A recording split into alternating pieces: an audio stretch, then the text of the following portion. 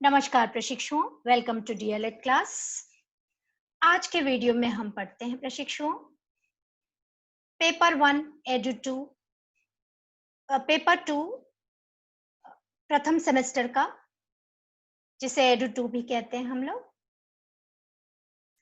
इसमें हम पढ़ेंगे प्रशिक्षुओं आज शिक्षण का अर्थ और उद्देश्य यूनिट में सब यूनिट शिक्षण के सिद्धांत, जो बहुत ही इंपॉर्टेंट है सभी प्रकार की परीक्षाओं के लिए। जी हाँ, तो आज हम इसको पढ़ते हैं। शिक्षण के सिद्धांत। प्रशिक्षुओं, शिक्षण के सिद्धांत सबसे पहले कहा किसे जाता है जान लें।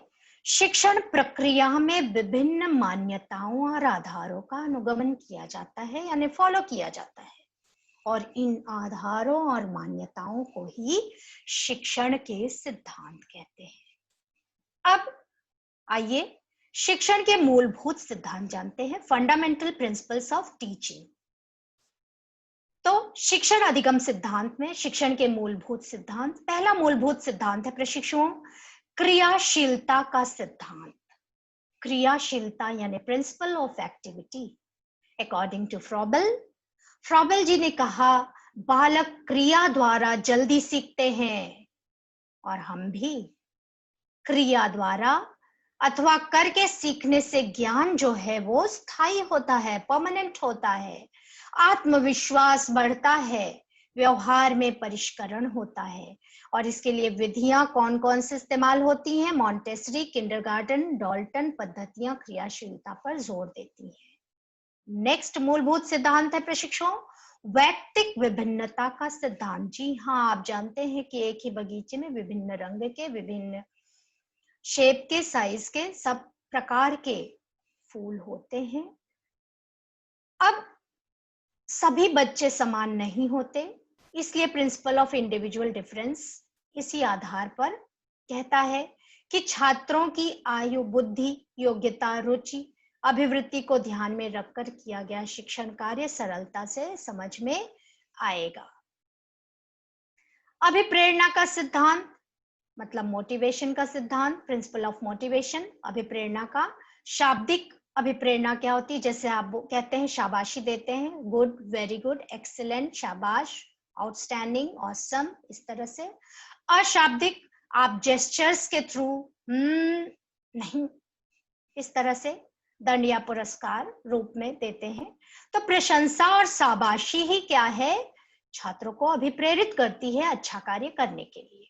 तो मनोविज्ञान में इसे प्रेरणा कहते हैं।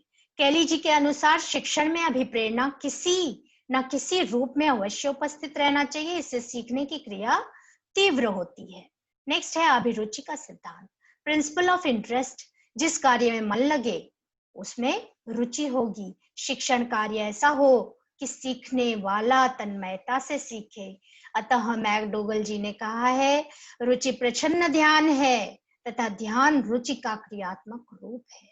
चित्रों, मॉडल, कहानियों द्वारा कंटेंट को पढ़ाने से रुचि बढ़ती है, छात्र आसानी से समझते हैं। रुचिपूर्ण शिक्षण विधियां कौन कौन सी हैं? जब आप कक्षा में जिज्ञासा भरा माहौल, वातावरण पैदा करते हैं, सेट इंडक्शन करते हैं, आप को रिलेट करते हैं लाइफ से, आप अन्य विषयों से भी को रिलेट करते हैं, पाठ्य सहायक सामग्री को अच्छी तरह से प्रस्तुत करते हैं, उसका समुचित उपयोग करते हैं, तो वह रुचिपूर्ण शिक्षण विधियों के माध्यम से आप पढ़ाते हैं। नेक्स्ट है जीवन से सहसंबंध का सिद्धांत। जी हाँ, प्रिंसिपल ऑफ कोरिलेशन। शिक्षण कार्य करते समय पाठ्य वस्तु को उन तथ्यों, पहलुओं पर ध्यान केंद्रित करना चाहिए जो विद्यार्थी को उसके जीवन की क्रिया से जोड़ते हैं। इससे क्या होता है प्रशिक्षुओं, जो प्रदत्त ज्ञान है उनके जीवन का अंग बन जाता है, वो उसे आत्मसात कर लेते हैं, वह इस ज्ञान का प्रयोग जीवन की परिस्थितियों में जब आवश्यकता होती है तो करते हैं, और यही आपका सफल शिक्षण माना जाता है, जो व्यक्ति को उसके जीवन से जोड़े। डन।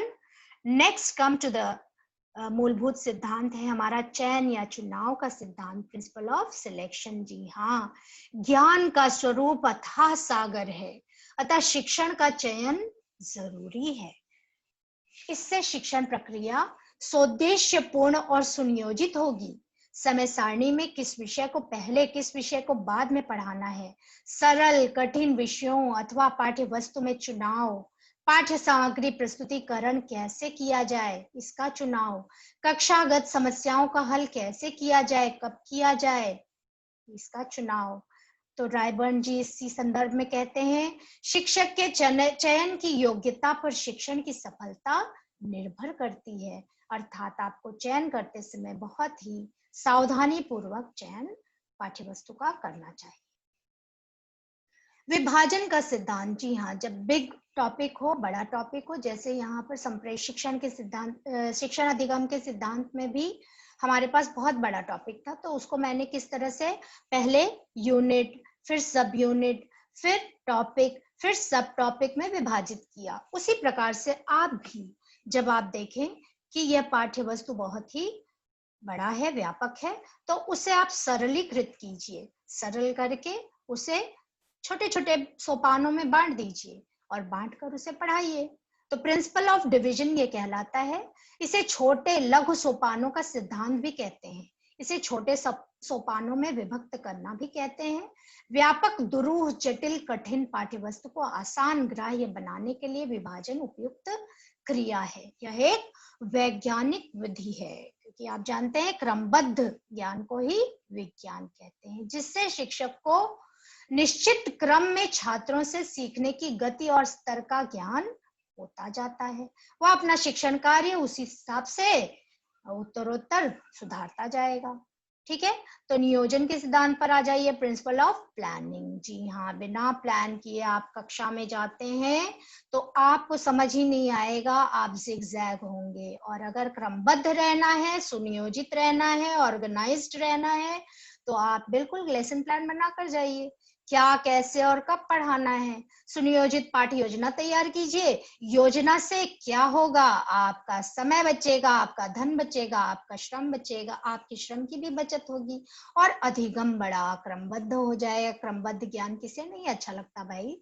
क्रमबद्धता से ज्ञान परिपूर्ण होगा, बच्चों को समझ में आएगा, शिक्षण का उद्देश्य आपका पूरा हो जाएगा। नेक्स्ट आइए, पुनरावृत्ति का सिद्धांत। जी हाँ, रिकैपिचुलेशन, रिवीजन, रिवीजन, रिकैप। आप सीरियल देखते हैं, रिकैप होता है, आपको समझ में आता है पिछली क्या स्टोरी हुई थी। बिल्कुल ऐसे ही कुछ चीजें रिकैप मांगती हैं जिसे बार बार अभ्यास की जरूरत होती है। ऐसी क्या चीजें होती हैं, तो ऐसी चीजें होती है पहाड़ा, गिनती, ठीक है, ड्रिल वर्क, भाषा, दुरूह शब्द, क्लिष्ट शब्द, उसको दोहराना पड़ता है। ये प्राथमिक विद्यालय की बात करें तो, अगर उससे उच्च प्राथमिक की तो गणित के सूत्र, केमिस्ट्री के फॉर्मूले, इनका विस्मरण फिर बार बार दोहराने से उसका विस्मरण कम हो जाता है, तो इसलिए पुनरावृत्ति आवश्यक होती है।